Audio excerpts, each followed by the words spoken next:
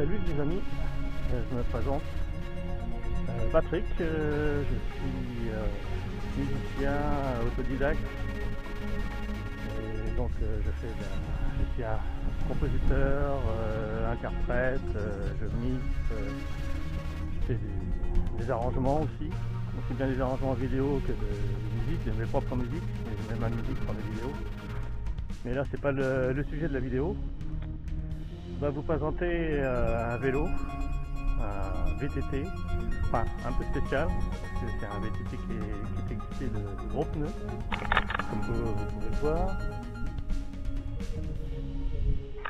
Et donc on appelle ça un fat bike, ou fat tire en français, je pense que ça doit se dire comme fire, fat tire. Et donc c'est un vélo qui passe partout. Fait pour passer, voilà, aussi bien faire de la route, goudronner et passer d'un terrain comme là, un peu défoncé, au bitume, et puis ainsi de suite comme ça, ou faire du sous-bois, ou de la plage aussi, rouler dans une épaisseur de sable assez importante et humide, voire mouillée, dans la neige aussi. C'est un vélo qui vient de Chine. Et qui est vendu par voilà, plusieurs vendeurs différents, et il y a toujours des petites différences d'équipement, voilà. Et j'ai donc fait hier une petite excursion à Reims, au bord du canal, avec un nouveau copain qui a le même vélo que moi, mais pas du même vendeur. Et donc j'ai fait plusieurs vidéos que je vous montrerai plus tard sur YouTube. Donc là je vous présente le vélo. Donc comme ça on s'en rend pas vraiment compte, mais en photo et en vidéo, voilà, on ne peut pas s'apercevoir vraiment que c'est un monstre, quoi. Parce que rien que les roues déjà font plus de 70 de diamètre. Le cadre est très haut. D'ailleurs celui de mon camarade Mick, qui fait des vidéos aussi, qui a fait plusieurs vidéos de présentation et puis présenter certains problèmes aussi, parce que le vélo n'est pas parfait.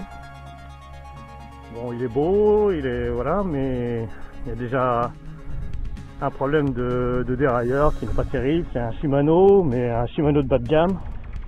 Et donc la chaîne est vraiment très détendue. Donc le ressort, à mon avis, n'est pas assez fort. Et puis bon, bah, voilà, il bouge dans tous les sens. Je devais avoir un 3 plateaux, donc 21 vitesses, puisque c'est 7 pignons à l'arrière. Et je n'ai qu'un seul plateau, qui est beaucoup plus grand d'ailleurs que les 3 plateaux de mon camarade, qui a 3 plateaux mais version VTT, quoi, donc des petits plateaux. Moi j'ai une version route. Et donc quand je tombe en panne sèche, parce que ça m'arrive souvent, puisque j'ai une batterie qui est défaillante à l'origine, je ne fais que 20 km et encore en pédalant. Alors que mon camarade fait 60 km à peu près sans pédaler. Donc il y a un petit problème avec la batterie, ils doivent m'en livrer une autre. J'ai demandé d'ailleurs un remboursement du vélo parce qu'il n'arrivait pas, et ça a demandé plus de 2 mois.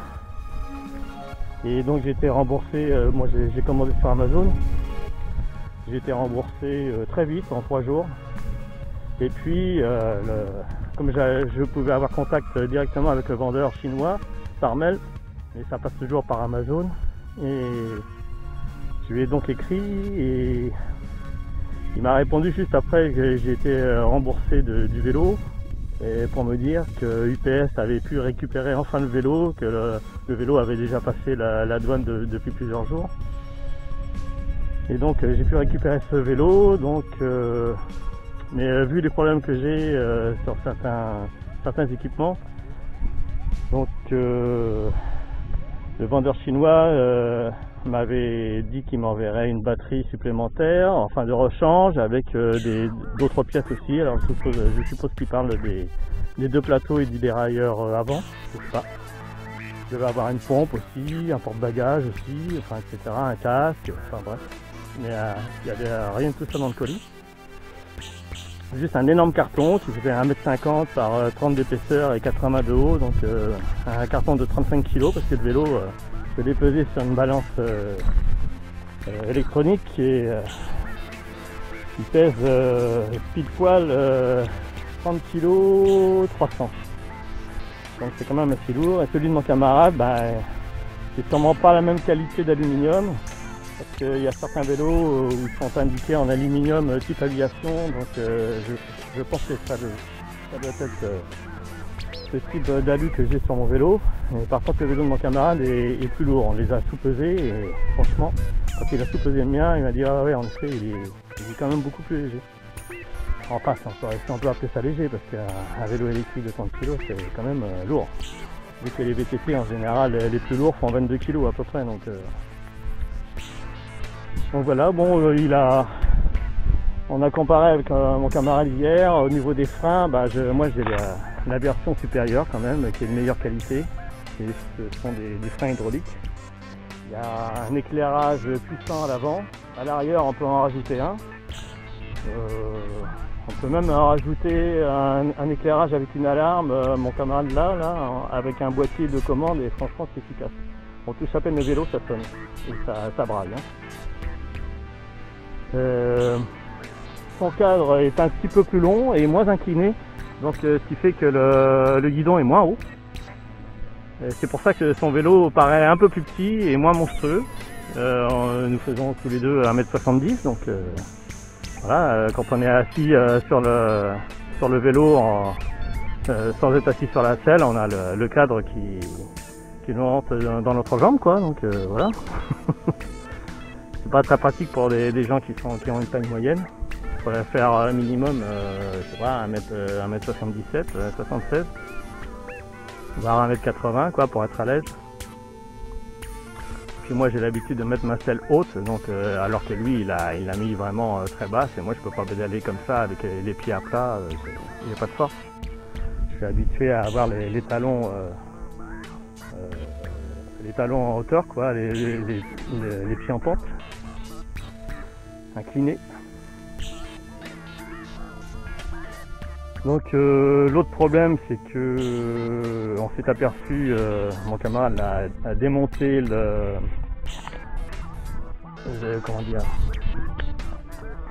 contrôleur qui se trouve ici. Donc toute petite place pour le contrôleur parce que une fois le vélo plié, on s'aperçoit qu'il y a derrière la plaque qui est fixée par 4 vis des câbles qui sont roulés. Donc ça prend une certaine épaisseur. Donc en réalité, voilà, le contrôleur fait ça de longueur. Donc et on a vu les correspondances sur internet au niveau des puissances, de l'ampérage, tout ça, des contrôleurs. Et donc un contrôleur normalement pour un moteur de 1000 watts, parce que le moteur c'est un brushless de 1000 watts et de 48 volts. Normalement le contrôleur devrait faire dans les presque 18 cm de long. Parce que plus il y a de puissance et plus il y a de transistors MOSFET pour la puissance, des transistors de puissance. Et donc ils sont fixés sur les parois latérales du boîtier métallique en alu du contrôleur. Et donc normalement pour un boîtier de 1000 watts, il y a 19 MOSFET transistors.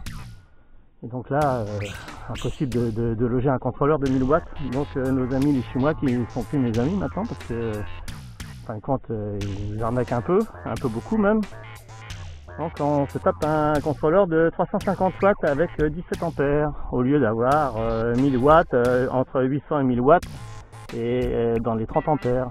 Donc évidemment le moteur est bridé par le contrôleur, donc voilà, il donne pas toute sa puissance.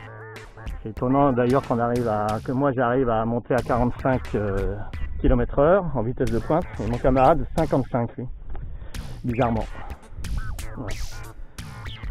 Donc ça c'est un problème et lui il a eu un problème, il a pris 2 batteries aussi et donc la deuxième batterie a duré 2 mois. Il a fait en tout là, avec ce qu'on a fait hier comme kilomètres, on a fait 30 km à peu près, du tout terrain puis dans les bois aussi. Et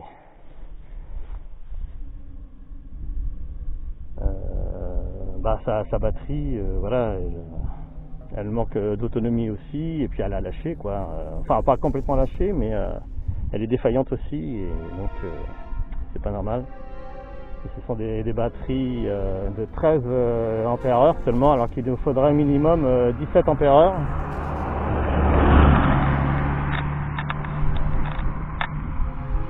Je dis bien minimum parce que bon, pour bien faire, vu le poids du vélo, il nous faudrait bien du 20 ampères-heure, quoi.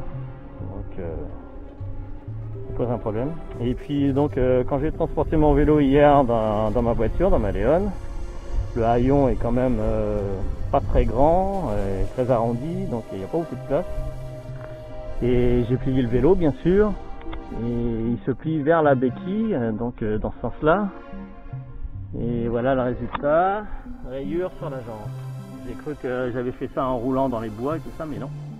Parce que quand j'ai remis le vélo avec mon camarade qui m'a aidé, quand je suis rentré chez moi, je me suis aperçu que j'avais ces rayures-là en supplément. J'avais celle-là, mais j'avais pas celle-là. Donc bah voilà, c'est dommage. Hein. Et là, on voit que voilà, la peinture n'est pas vernie, donc elle est plus fragile évidemment. Donc, ils auraient dû prévoir, je sais pas, moi, je pense que c'est la béquille qui a touché, ou je ne sais quoi, ou les pédales, mais je pense pas parce que j'avais pris la précaution d'éloigner les pédales. Normalement, j'aurais dû avoir des pédales rétractables aussi, mais celles-là ne le sont pas. Bon, elles sont bien, elles sont solides, hein, elles sont belles, mais elles ne sont pas rétractables, quoi. Mon camarade, lui, en a. Donc ça prend moins de place déjà, et puis on risque moins d'abîmer le vélo quand on le plie et quand on le met dans un coffre. Parce qu'avec les secousses et tout ça, bon, j'aurais dû mettre des protections avec du plastique à bulles, là, ou je sais pas quoi, mais enfin bon. Pour la prochaine fois, je le saurai. Voilà donc tout ce que j'ai à dire pour l'instant, et puis je referai une vidéo plus tard. À tout à l'heure.